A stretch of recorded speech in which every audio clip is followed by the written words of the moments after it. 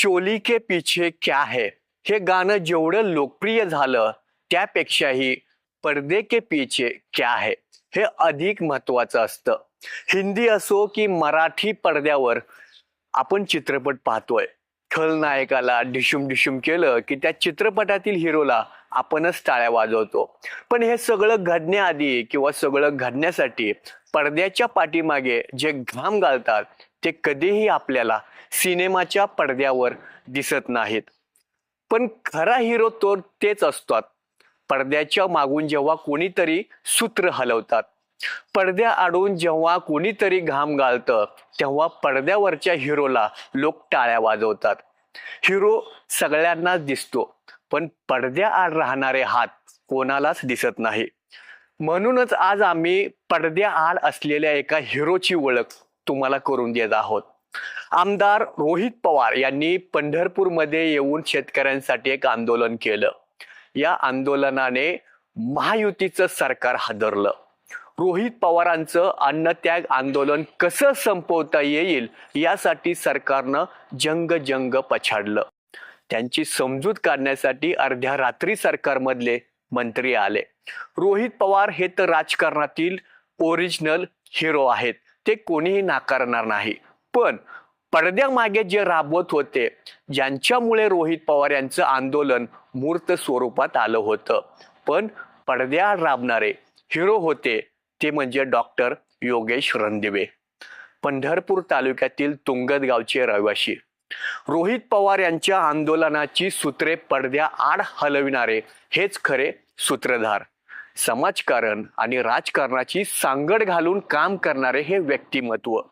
आमदार रोहित पवार आणि डॉक्टर योगेश रणदिवे म्हणजे दो जिस्म मगर एक जान है हम. दोघांची शरीर वेगळी पण मनाने दोघांचं एकच. या दोघांचं हे नातं अनेकांनाही अद्याप माहीत नाही. रोहित पवार यांनी अन्नत्याग आंदोलन सुरू केलं, पण ज्यांच्या प्रकृतीची क्षणाक्षणाला देखभाल करणारे हेच डॉक्टर होते, ते म्हणजे डॉक्टर योगेश रणदिवे. पण इथे केवळ डॉक्टर म्हणून इथं त्यांची भूमिका नव्हती.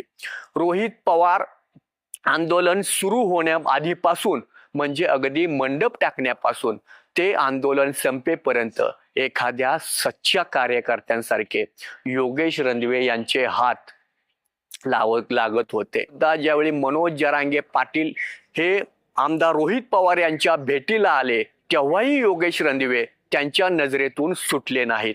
या आंदोलनात प्रामाणिकपणे जीवापाड राबवणारी ही व्यक्ती कोण असा प्रश्न मनोज जरांगे पाटील यांनाही पडला आणि त्यांनी थेट योगेश रणदिवे यांचे ओळखपत्र निरखून पाहिलं. हे सगळं रोहित पवार यांच्या लक्षात येताच ते म्हणाले, योगेश रणदिवे हे केवळ डॉक्टर असले तरी ते आमच्या कुटुंबातील एका सदस्याप्रमाणे आहेत, नव्हे तर आमच्या कुटुंबातील एक घटक आहेत. त्यानंतर मनोज जरांगे पाटील हे डॉक्टर योगेश रणदिवे यांच्याकडे पाहतच राहिले. रोहित पवार यांच्याशी एवढे घनिष्ठ संबंध असताना योगेश रणदिवे मात्र कधीही या संबंधाचा भांडवल करीत नाहीत किंवा केलेही नाही. सेवाभाव हे तर त्यांच्या वृत्तीतच आहे, पण कर्तृत्व भावनेपासून ते कधी दूर गेले नाहीत. पडद्या आड राहून ते सगळं काही लपून ठेवलं होतं, पण रोहित पवार यांच्या अन्नत्याग आंदोलनाच्या वेळी अनेकांच्या नजरेतून ते सुटलेही नाही. यालाच तर म्हणतात खरी सेवावृत्ती. आणि म्हणूनच त्यांचा परिचय करून देणं हे आवश्यक वाटलं. राजकारणात किंवा समाजकारणात थोडंसं काही करून किंवा काही न करता मिरवणारे अनेक जण भेटतात, पण सगळं काही करून त्यागी वृत्तीने बाजूला राहणारे डॉक्टर योगेश रणदिवे यांच्यासारखं व्यक्तिमत्व दुर्मिळच. कॅमेरामन अक्षयसह भारत शिंदे, न्यूज इंडिया, पंढरपूर.